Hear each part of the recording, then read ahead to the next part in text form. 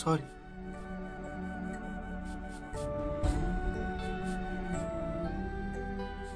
पुन्हा कधीही असं वागू नकोस.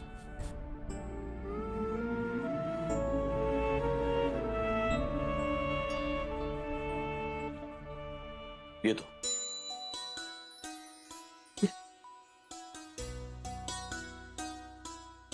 काळजी घे. कधीही काही लागलं तर संकोच न करता मला फोन कर. जिथे असेन तिथून येईन मी.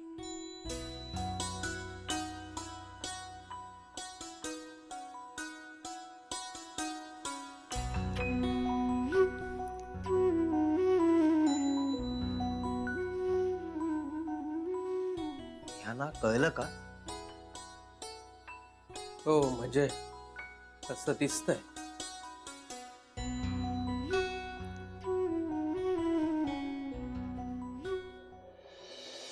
काहीतरी गडबड आहे. याची कसली गडबड? आणि काय चाललंय तुझं? अरे हे कोड सुटत नाहीये ना रे. आता बास झाला. उगाच डोक्याला ताण देऊ नकोस. पेपरवरची कोडी सोडवता आली की आयुष्याची पण सोडवता येतात. तू इतकं जान्हवीसारखं का बोलतेस? म्हणजे हे असं पुढ्यात बोलणं वागणं आमची तर खासियत आहे ना. पुरेशी माहिती नसली तर एखाद्याचं वागणं बोलणं कोड्यातलं वाटू शकतं.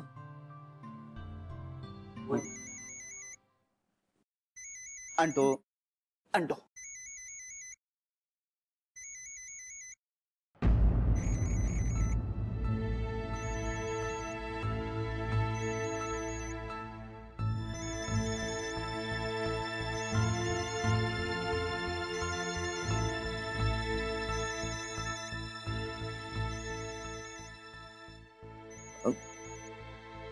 कुणाचं आहे?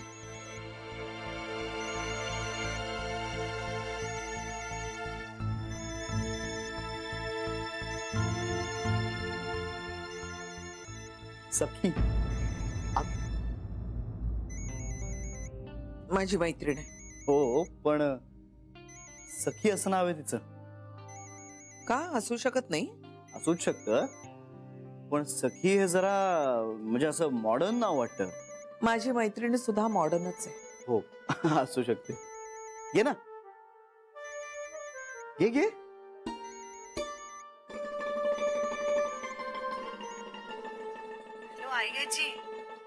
बोल ग. हो काका इथे येऊन गेले आणि त्यांनी केवढं काय काय आणलंय. ह्या इतक्या सामानाची खरंच गरज नाहीये. मला आहे. आणि आईची गाडी आणि ड्रायव्हर कशासाठी?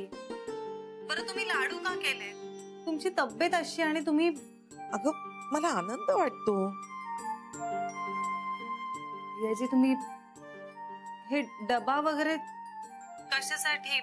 मी घरी स्वयंपाक करतेस ना सगळ्यांचा. माझ्या 2 पोळ्या करणं काही जड होणार आहे का मला? चालणार नाही. ऐका ना आईजी माझं ऐका तुम्ही. ठरलंय ना? हो पण तुम्ही कशाला उगाच सकाळी उठून एवढं. सांगितलं ना ठरलंय. कोणी आहे का तुमच्या समोर? हो. मग आता बोलता येणार नाही का? ऐकू शकते. काकांना कसं कळलं?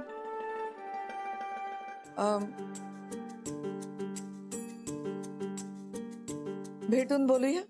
हो चालेल. Same place same time. उद्या.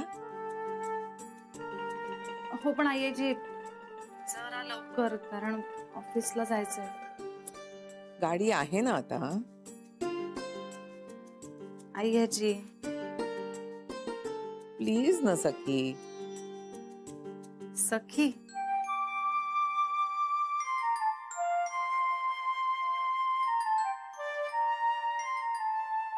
बरं ठीक आहे. ठेवू? Bye. Good night. Good night. सखी.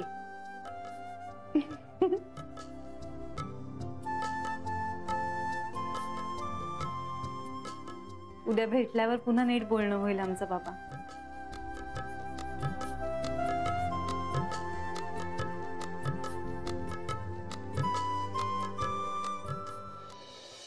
हा तर काय म्हणत होतीस तू? सखी अरे काही नाही रे, आमच्या जनरल गप्पा. अगं सखी नाही, तू तू काय म्हणत होतीस?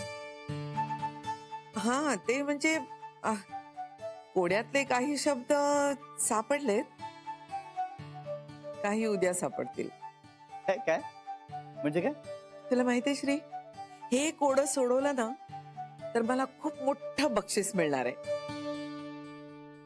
बक्षीस? हा म्हणजे तो असा मिक्सर आणि डिनर सेट. मग लाईफ टाइम अचीवमेंट अवॉर्ड. काय? Lifetime achievement award.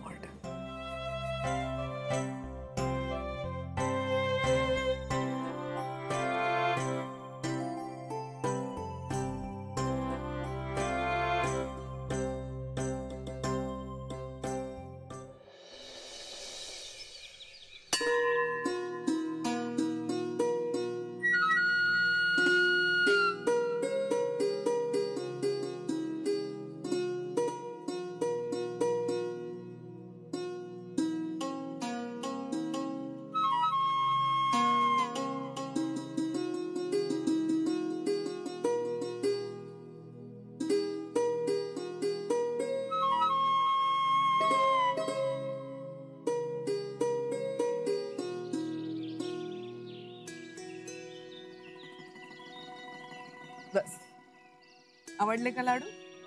खूप. असे लाडू मी माझ्या आयुष्यात खाल्ले नव्हते. तरी बऱ्याच वर्षांनी केले अगं. आई आजी मला शिकवा ना. नक्की शिकवेन.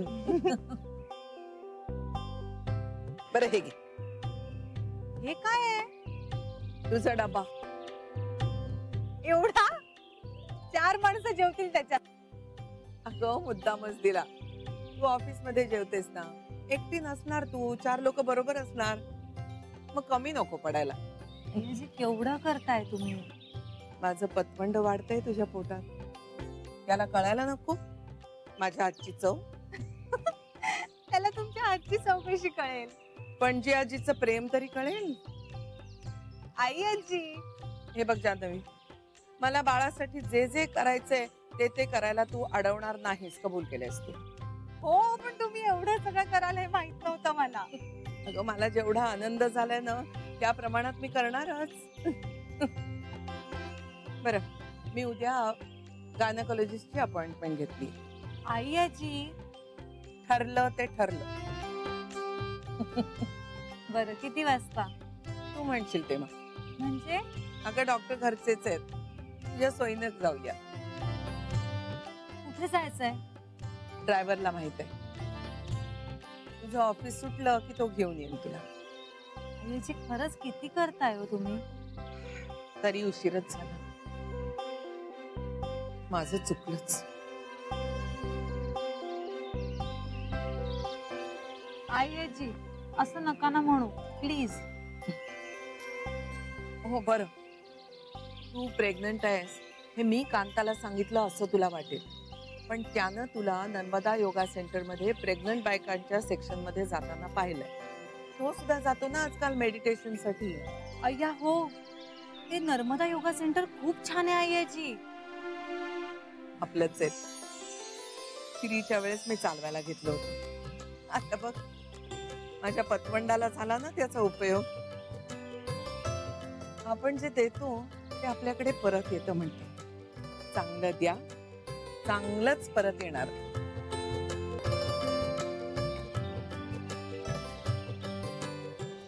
तुला गंमत माहितीये, सुरुवातीला मला धक्काच बसला. म्हणजे मला कळेच ना, मला वाटलं त्यांना काहीतरी हवंय म्हणून ते आल्यात.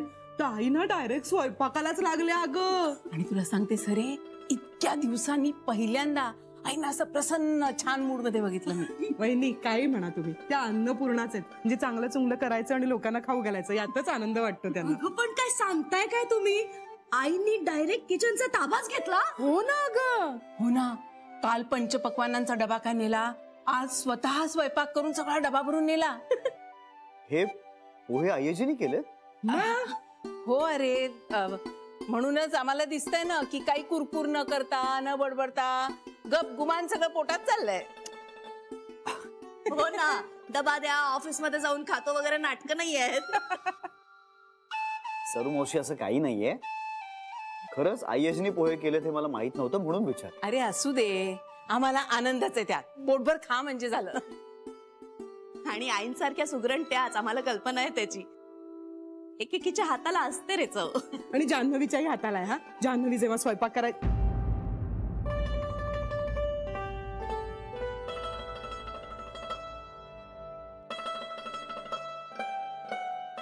आय्याजी कुठे गेले एवढ्या सकाळी सकाळी? माहिती नाही रे. कमाल वाटते रे आईंची. डबा घेतला आणि गेल्या. हो, मलाही नवलच वाटतंय. बरं, आईंना ना खोदून खोदून विचारताही येत नाही रे, आई तुम्ही कुठे चालल्यात म्हणून. रागावलं तर मला बाबा भीती वाटते. श्री, तू विचार ना. असू दे, आय्याजी आनंदात आहे ना, तिचं मन रमतंय ना, आपल्याला तेच हवंय. आणि बघा ना, कित्येक आठवड्यानंतर आय्याजी इतकी छान ऍक्टिव्ह दिसते, आनंदात दिसते. असू दे. हो रे, पण डबा कोणासाठी नेतात त्याचं कुतूहल वाटते. कुणासाठी का असे ना, आय्याजीला आनंद मिळतो ना यातनं, मग असू दे. चला, मी निघतो आता. नीट जा. हो, बाय. लवकर ये. आणि हो य. बाय. सरी, कुणासाठी नेत असतील ग डबा? तेच तर कळत नाहीये ना. आपण शोधून काढूया. अगं शोधून काय अरे, कामाला लागा, चला शोधून काढूया. हे डिवोर्सचं कोडं ना मला अजूनही उलगडलेलं नाहीये. पण हे तर श्रीच सांगू शकेल. तुमच्यात काहीतरी मेसेजेस एक्सचेंज झाले होते ना? हो, काय प्रकार होता तो? काही नाही. आई श्रीला भेटली होती आणि त्याला म्हणाली होती की मला 4 दिवस विश्रांतीची गरज आहे, त्यामुळे इथेच राहू दे. ऍक्च्युली मी त्यावेळी हॉस्पिटलमध्ये होते आणि मला न्यूज फोडायची नव्हती म्हणून. तिची आई आधी निरोप घेऊन आली की तिला वेगळं व्हायचंय. मी साफ नकार दिला. मग पुढे म्हणाल्या की माझ्या पिंट्याला सोडवा. तेही माझ्या हातात नव्हतं. मग नंतर म्हणाल्या की माझ्या मुलीला तुमच्या घरी राहायचंच नाहीये, नांदायचंच नाहीये. असंच आता तुमची सूनही परत येणार नाहीये. असं नका म्हणू, मी काहीच म्हणत नाहीये. असं जानूच म्हणते. तुम्ही पिंट्याच्या विरोधातली तक्रार मागे घ्या, मग जान्हवी पण डिवोर्स बद्दल पुनर्विचार करेल.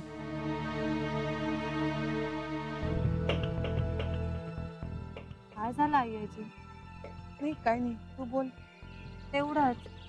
आणि मग श्रीने मला मेसेज पाठवला होता. हे काय? तर मी म्हणाले आई म्हणाली तेच. त्यावर तो मला म्हणाला हे फायनल आहे का? मी म्हणाले हो, कारण त्यावेळी मला घरी येणं शक्य नव्हतं. म्हणजे ऍक्च्युली भांडणांची आणि स्ट्रेसची खूप भीती वाटत होती आईची आणि मी खूप डाऊन होते. आणि खरंच 4 दिवस स्पेस मिळाली ना तर मला खूप बरं वाटलं. आणि 4 दिवसांनी मी यायला निघालेही होते, पण तेव्हा श्रीची नोटीस येऊन धडकली.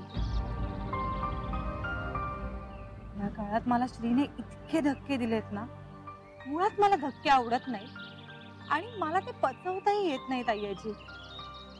खूप त्रास दिलाय मला श्रीने, जेव्हा त्याची मला सगळ्यात जास्त गरज होती. नाही, मी नाही कधी माफ करणार श्रीला यासाठी. पण श्रीचं खरंच चुकलंय याची खात्री तरी करून घेशील का? आईची बाकी काही असलं तरी नोटीस श्रीनेच पाठवली ना मला. आपण मानूया कदाचित बेबी आत्याने त्याला प्रेशराईज केलं असेल. नाही म्हणजे मी उदाहरण म्हणून सांगते. किंवा पिंट्याने काहीतरी खोटं नाटं सांगितलं असेल. तसं पिंट्या कधी करणार नाही, पुन्हा मी उदाहरण म्हणूनच सांगते.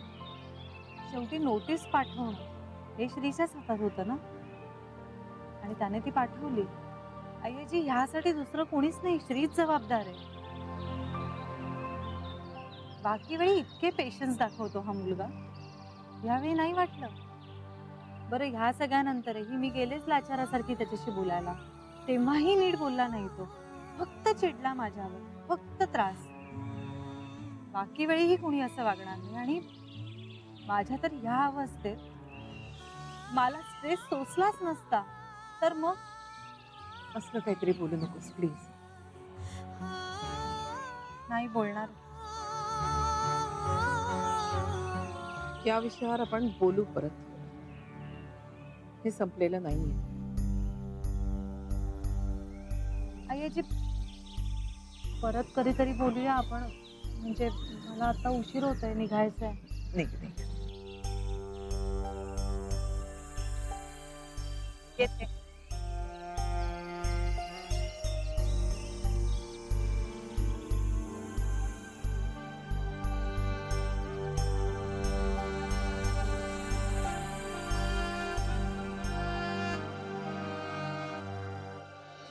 श्री म्हणतोय तिच्या आईनं तिला डिवोर्स हवा असं सांगितलं. जान्हवी म्हणते तिला 4 दिवस माहेरी राहू दे असं सांगितलं.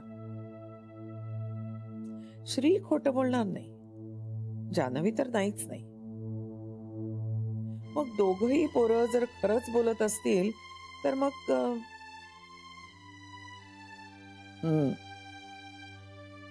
म्हणजे याचा अर्थ स्पष्ट आहे की आईच्या बोलण्यातून हे गैरसमजाचं विष पसरलेलं आहे.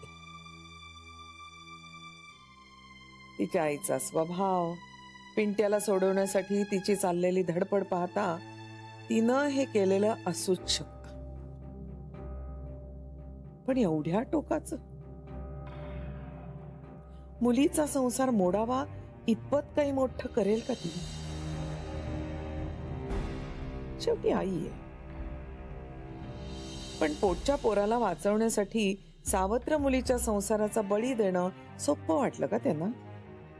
ते काही नाही. याचा सोक्ष मोक्ष लावलाच पाहिजे.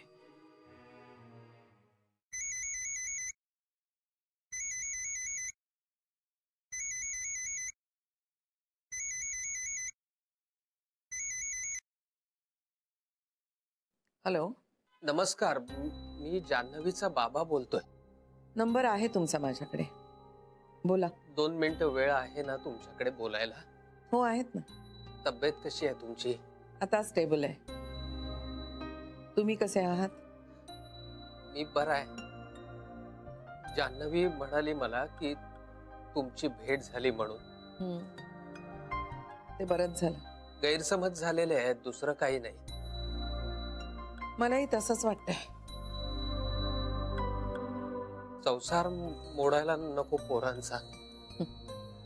तो मोडणार नव्हताच आणि आता तर बिलकुलच शक्यता नाही. आता तुम्ही आहात, मला काळजी नाही.